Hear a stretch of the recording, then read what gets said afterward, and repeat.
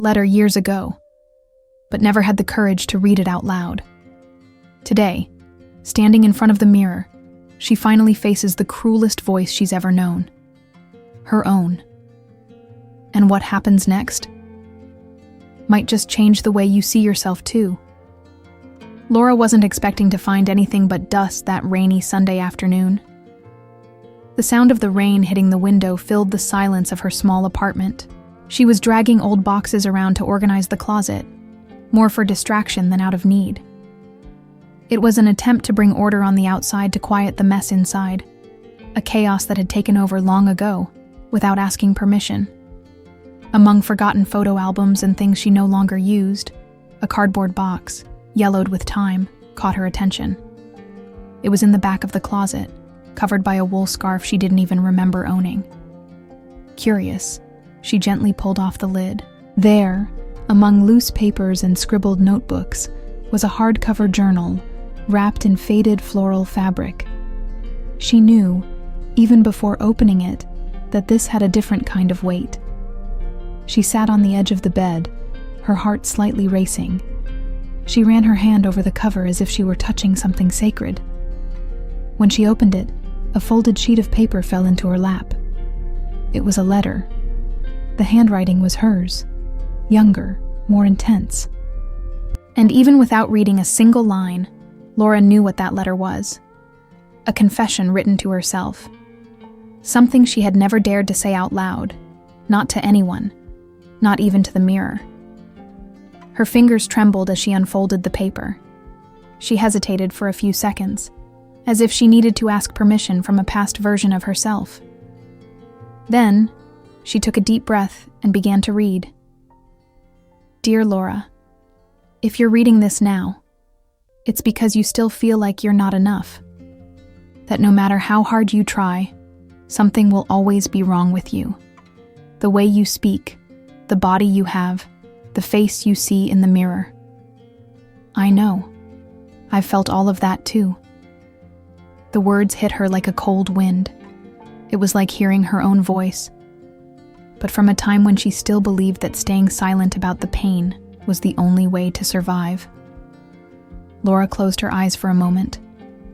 That letter was a mirror, but a mirror from the inside.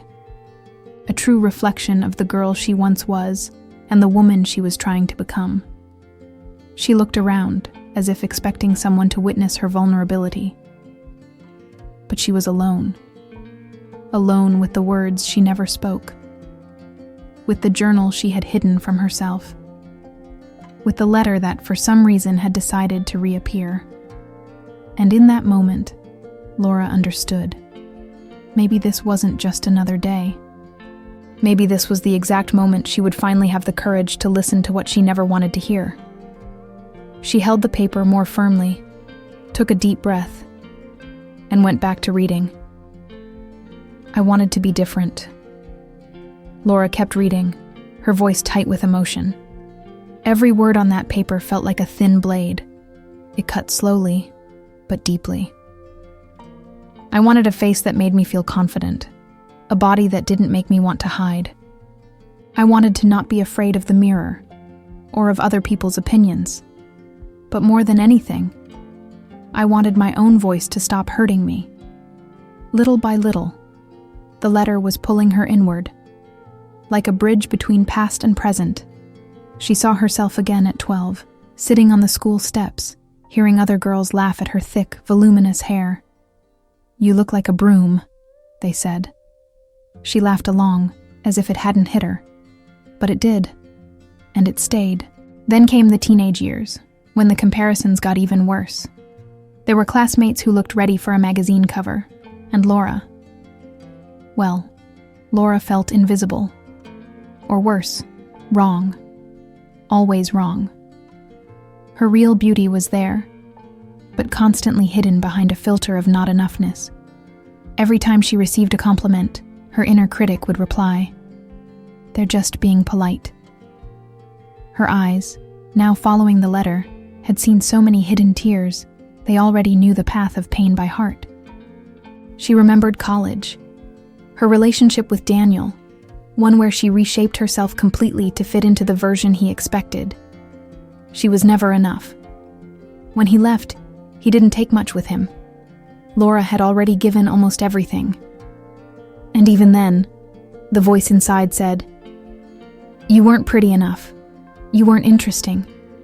That's why he left." Over time, that voice became her silent companion. It was there in the fitting rooms, when she tried on clothes and gave up before even stepping out. It was there in the deleted selfies, in the dreams she gave up on, in the compliments she brushed off with, "Oh no, I'm really not all that." It was the voice narrating her story, but through a harsh, cruel lens, almost always unfair. The letter went on. "You've learned how to silence that voice on the outside, but inside it still screams. And I know you're afraid you'll never break free. But maybe, just maybe, the first step is to admit it's there. That this critic isn't your enemy, but the part of you that most needs love." Laura stopped, took a deep breath. For the first time, she saw her story as a woman's story, marked by survival. She was a strong woman, not because she never cried, but because she kept standing after so many quiet falls. Her journey was, more than anything, an invitation to feminine empowerment, to the rebuilding of self-love, piece by piece. She looked at the mirror in front of her. She didn't get closer, not yet. But something had started to shift inside her, as if, for the first time, the voice that said, "You're not enough," was beginning to fade. And that's when she decided to keep going. With steady hands and a still fragile heart, she turned the page of the journal. The next part of the letter was waiting for her. The room was silent, but inside Laura, a whirlwind of memories and emotions seemed to be taking shape. She closed the journal for a moment and stood up. She took a few hesitant steps toward the dresser mirror, the one she so often avoided looking into for too long. She stopped in front of it. The reflection showed her a 30-year-old woman, with light dark circles under her eyes, hair pulled back without much care, and an expression she couldn't quite tell was exhaustion or sadness. But there was more, so much more, and she knew it. For years, that mirror had been a silent enemy. Every time she looked into it, a new criticism would surface. Her nose, her shoulders, her stomach, the tone of her skin, the shape of her smile. The real beauty that existed in Laura had always been there, but all she could ever see was what was missing, what she believed was outside the standard, what her inner voice whispered to her as a flaw. And now, standing there in front of the mirror, with the letter still vivid in her mind, she saw herself with different eyes, or rather, she tried to, because it still hurt. There was still fear in seeing herself fully. If I were prettier, maybe my life would have been different. The thought came out of nowhere, raw, straight from deep inside, and instantly she felt like crying, for having believed that for so long. Laura ran her fingers across her face. It was an almost childlike gesture, but full of meaning, like someone trying to recognize a forgotten land. That skin, those features, that story, they were all hers. She remembered a friend who once told her, "You don't see what I see. You have a light, Laura. A beauty that doesn't depend on makeup or angles." At the time, she smiled and said thank you, but deep down she doubted it. Today, for the first time, she tried to consider, what if it was true? The letter had awakened something uncomfortable, but necessary. As if she were cleaning the mirror from the inside, clearing away the fog of old judgments. She went back to the journal, sat down again, and read. You see yourself through a cruel lens, as if looking at yourself were an act of attack. But what if looking was an act of tenderness? What if that reflection wasn't a battlefield but a meeting place? Those words felt whispered straight from her younger self. the one who wrote with pain, but also with hope. Laura lifted her eyes. This time, she looked at the mirror with more resolve. And in that moment, for the first time in many years, she wasn't looking for flaws. She simply looked. The face staring back was the same, but the gaze it returned felt softer. There were still cracks, but there was also room to rebuild. She smiled shyly, almost by accident, and realized how much power a simple gesture could hold. The beauty she had searched for so long on the outside might have lived in the quiet of moments like this, where the reflection isn't judgment, but acceptance, where the mirror doesn't scare, it invites. And so, with her chest still tight, but her eyes a little gentler, Laura returned to the letter. There was more to come, and she was no longer running from her own story. I tried to love myself, you know? Laura read the sentence in a low voice, as if she were whispering it back to the past herself. Sometimes I would write to myself as if I were someone else, as if a kinder friend lived inside me and said, "You're beautiful in your own way. You're strong. This will pass." But it was hard to believe, hard to hold on to. The words that followed were written with less firmness, as if the old Laura, the one who lived for years under the shadow of self-criticism, had even hesitated when trying to treat herself with tenderness. Still, there they were, those tiny seeds of self-love. Shy, almost hidden between the harsh phrases and the laments, but they were there. Laura remembered moments when, without even realizing it, she tried to reconnect with who she truly was. When she danced alone in her room, laughing at herself. When she put on red lipstick just to feel powerful, even if she wasn't going anywhere. Or when she wrote letters like that one, trying to hug herself between the lines. They were fragments of love. Small, but real. She kept reading, now with her eyes more alert to the details. Maybe I never really learned what it means to love myself, but I feel like all this pain is trying to teach me, to show me there's a way, that there's still time. The woman reading those words today was no longer the same one who wrote them, but the two of them were meeting there, between the lines, stitching together a new way of seeing themselves. Laura closed her eyes and thought of the women she knew. So many strong women, full of scars they'd learned to call beautiful. People like her, who, even wounded, were still searching for a true reflection. She remembered a quote she read somewhere. "The woman who survives her own self-criticism is the most powerful woman there is." And now she understood. Her feminine story wasn't made only of pain and doubt, but of courage. The courage to try, even when she failed. The courage to write, even when it hurt. The courage to love herself, even when the critic was still shouting. Laura wiped away a loose tear that had slid down without asking. What she was feeling was hard to name. Maybe it was empowerment, maybe a quiet sense of relief, or maybe just the beginning of a new beginning. She looked at the mirror again, and this time, in silence, she thought, "Thank you for not giving up on me." It was as if, for the first time, she recognized herself as someone who deserved love, not just from others, but from herself. She closed her eyes, took a deep breath, and returned to the letter. Now, more than ever, she needed to read it to the end. Laura held the letter between her fingers as if it were a piece of her own heart.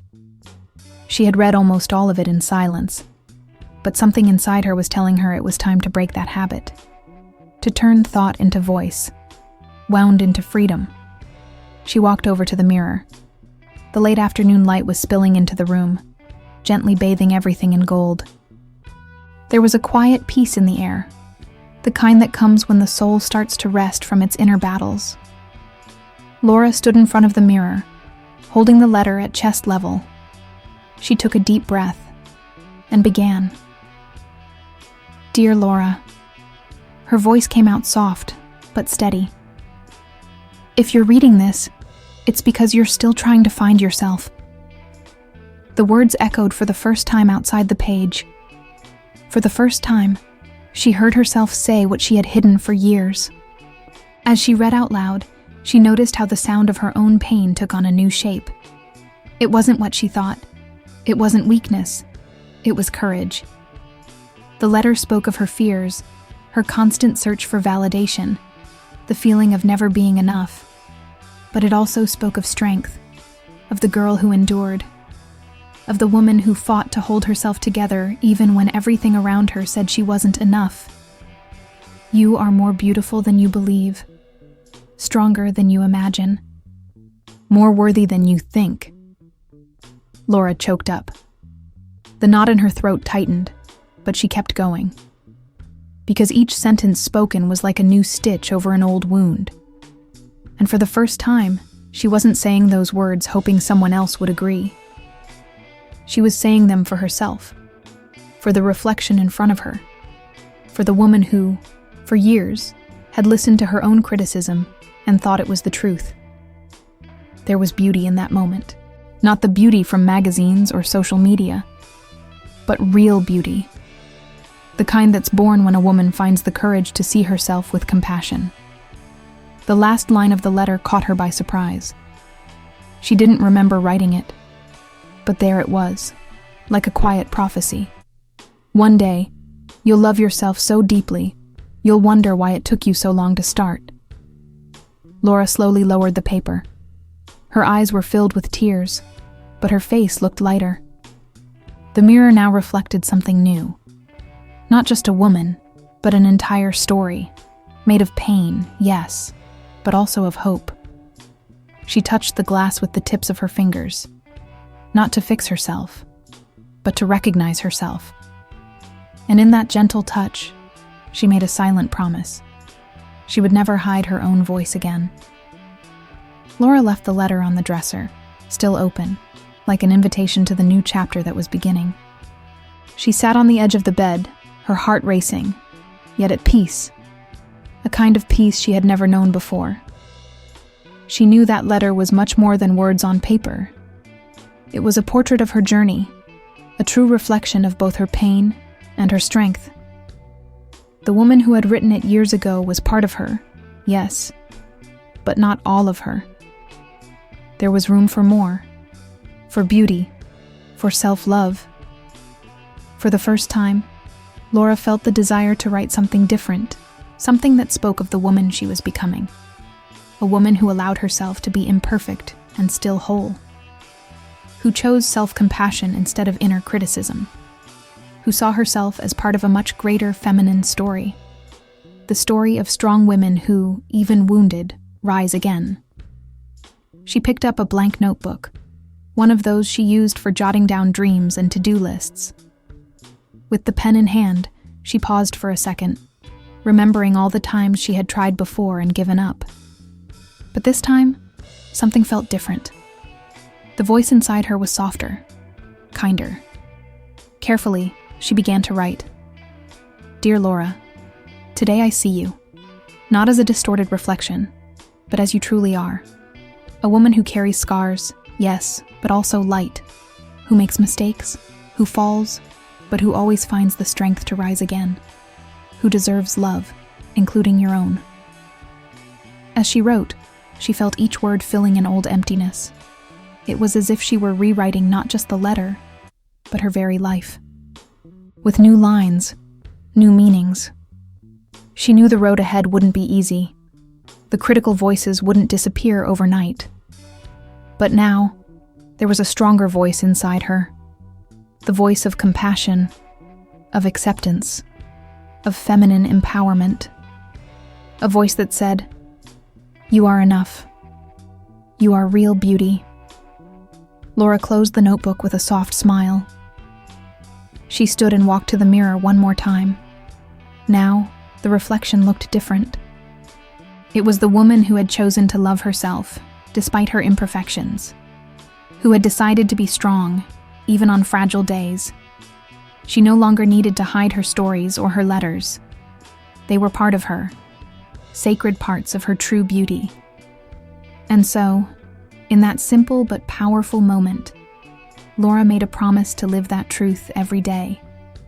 Because self-love is not a destination, it's a journey, and she was ready to walk it. If this story touched your heart, leave a comment. Like the video, share it with a strong woman who needs to hear this. And remember, your story matters too. Subscribe to the channel for more real stories, like yours, like ours. Stay Bella.